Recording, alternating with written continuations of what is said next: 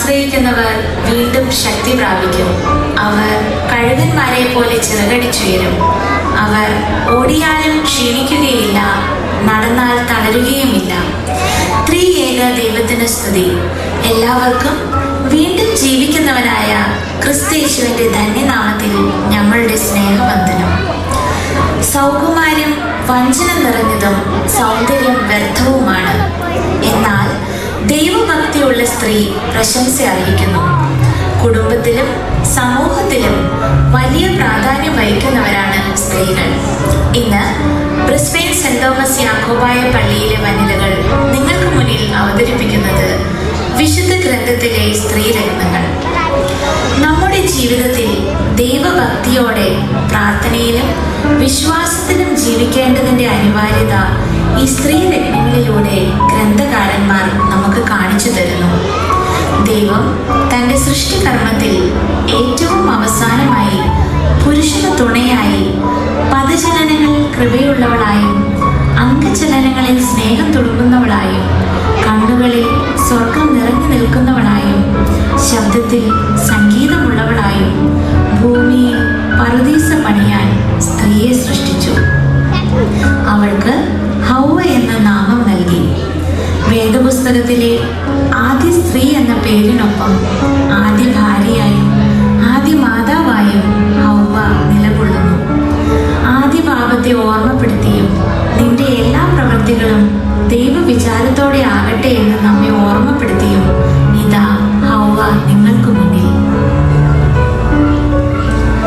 Sara, വിശ്വാസികളുടെ പിതാവായ അബ്രാഹാമിന്റെ ഭാര്യയായ സാറ വാഗ്ദത്തം ചെയ്ത ദൈവത്തെ വിശ്വസ്തൻ എന്ന് എണ്ണുകയാൽ പ്രായം കഴിഞ്ഞിട്ടും ഒരു പുത്രന് ജന്മം കൊടുക്കുവാൻ ഭാഗ്യം ലഭിച്ച ജാതികളുടെ മാതാവ് എന്ന പേരിൽ അറിയപ്പെട്ട സ്ത്രീരത്നം.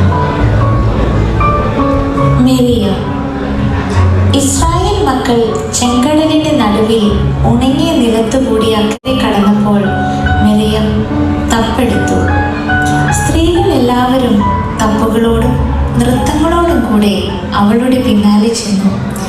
ഇസ്രായേൽ മക്കളെ മിസ്രൈമിൽ നിന്നും കാനാനിലേക്ക് നയിച്ചു കൊണ്ടുപോകാൻ സഹോദരന്മാരായ മോശയോടും അഹറോനോടും ഒപ്പം നിന്ന ധീരവനിത.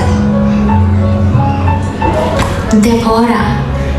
ഇസ്രായേലിന്റെ ന്യായപാലനം ചെയ്ത ബൈബിളിലെ പ്രവാചകിയായ ഏക ന്യായാധിപ. ആത്മത്യാഗത്തിൻ്റെയും ധൈര്യത്തിൻ്റെയും നല്ല മാതൃക. കാനാന്യർക്ക് എതിരെയുള്ള യുദ്ധത്തിൽ തൻ്റെ കൂടെ വരണമെന്ന് ബാറാഖ് അഭ്യർത്ഥിച്ചപ്പോൾ പിന്മാറാതെ ഇസ്രായേലിന്റെ രക്ഷയ്ക്കായി ധൈര്യപൂർവം ബാറാഖിനോടും സൈന്യത്തോടുമൊപ്പം അവൾ പുറപ്പെട്ടു.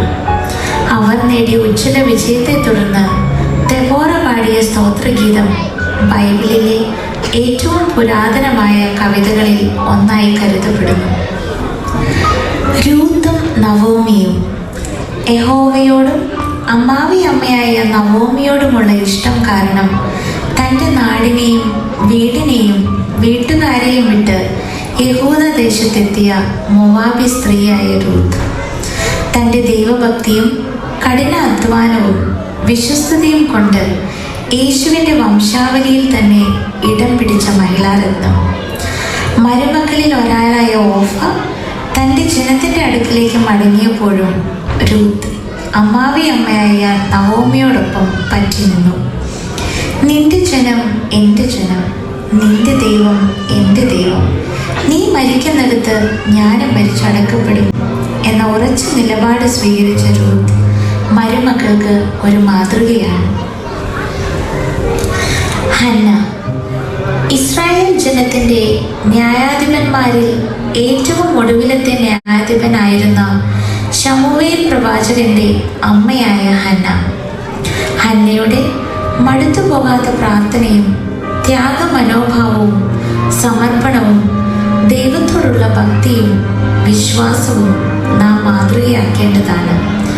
ഒരമ്മയുടെ പ്രാർത്ഥനയുടെ വിജയം ഹന്നയിലൂടെ നമുക്ക് കാണാൻ കഴിയും. അബിഗേൽ.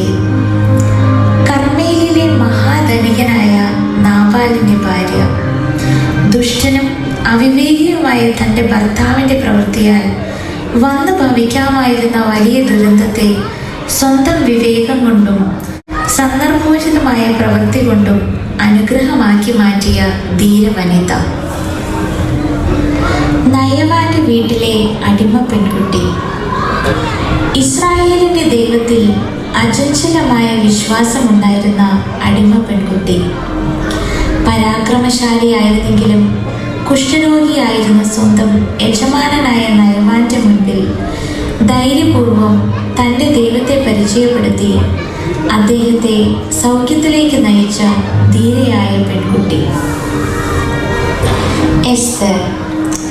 അഹശ്വേരോശ് രാജാവിൻ്റെ ഭാര്യ എസ്തർ തൻ്റെ രാജ്ഞിപദത്തിലും കൊട്ടാരത്തിലെ സുഖലോലുപതയിലുമൊന്നും മതിമറന്ന് ആഹ്ലാദിക്കാതിരുന്ന എസ്തർ തൻ്റെ ജീവൻ നഷ്ടപ്പെടാൻ സാധ്യതയുണ്ടായിരുന്നിട്ടും സ്വജനത്തിൻ്റെ വിടുതലിന് വേണ്ടി രാജസന്നിധിയിൽ സധൈര്യം നിലകൊണ്ട പ്രൗഢയും കുലീനയുമായ ഉത്തമ സ്ത്രീ. മറിയയും എലിശബത്തും.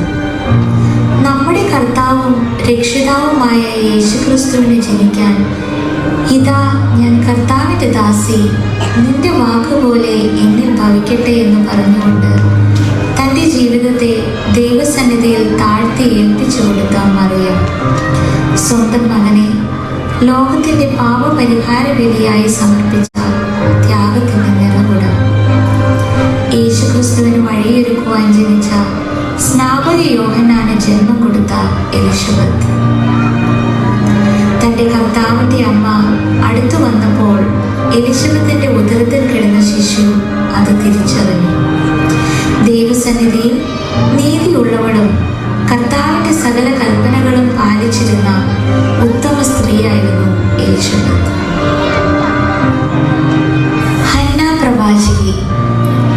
ആശേർ ഗോത്രത്തിലെ മനുവേലിന്റെ മകളായ ഹന്ന പ്രവാചകി വളരെ വയസ്സു ചെന്നിട്ടും ദേവാലയം വിട്ടുപിരിയാതെ ഉപവാസത്തോടും പ്രാർത്ഥനയോടും കൂടെ രാവും പകലും ആരാധിച്ചു പോന്നു.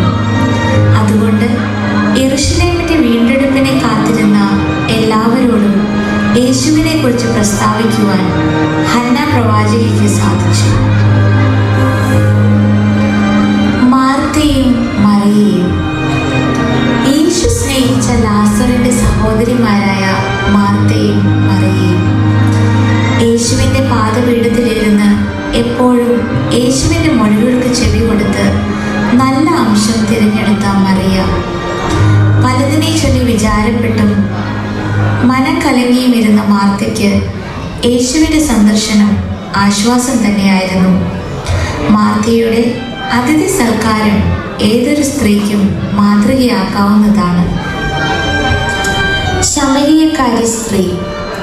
യേശുവിനെ മശിഹായാണെന്ന് തിരിച്ചറിഞ്ഞ ശമരിയക്കാരി അറിഞ്ഞ സത്യം മറച്ചു വെക്കാതെ വെള്ളം കോരാൻ വന്ന കാര്യം പോലും മറന്ന് പട്ടണത്തിലേക്ക് ഓടിച്ചെന്ന് ആ സദ്വർത്തമാനം എല്ലാവരെയും അറിയിക്കുന്നു. അവളുടെ വാക്കുകേട്ട് ജനം പട്ടണത്തിൽ നിന്ന് പുറപ്പെട്ട് യേശുവിനെ കാണാനെത്തുന്നു. മഗ്ദലനക്കാരത്തി മറിയം. യേശുവിൻ്റെ ശുശ്രൂഷയുടെ അവസാനം വരെ യേശുവിനെ അനുഗമിച്ച മഗ്ദലനക്കാരത്തി മറിയം. മരണസമയത്തും യേശുവിനോടൊപ്പം അവൾ ഉണ്ടായിരുന്നു.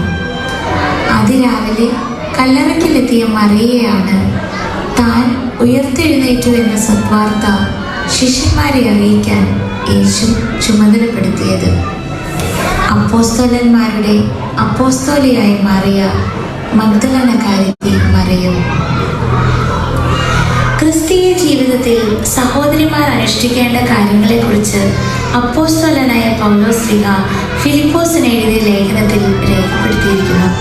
അവർ ഭർതൃപ്രിയമാരും പുത്രപ്രിയമാരും സുബോധവും പാതിവൃത്യമുള്ളവരും വീട്ടുകാരെ നോക്കുന്നവരും ദയയുള്ളവരും ഭർത്താക്കന്മാർക്ക് കീഴ്പ്പെടുന്നവരും നന്മ ഉപദേശിക്കുന്നവരും ആയിരിക്കും.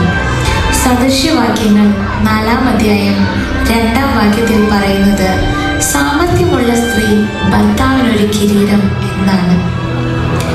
പ്രിയ സഹോദരിമാരെ, ഈ കാലഘട്ടത്തിൽ നല്ല പ്രാർത്ഥനാ ജീവിതം നയിച്ച് ദൈവസന്നിധിയിൽ നമ്മെ തന്നെ താഴ്ത്തി ഒരു നല്ല സാക്ഷ്യമുള്ള സ്ത്രീയായിരിക്കാം.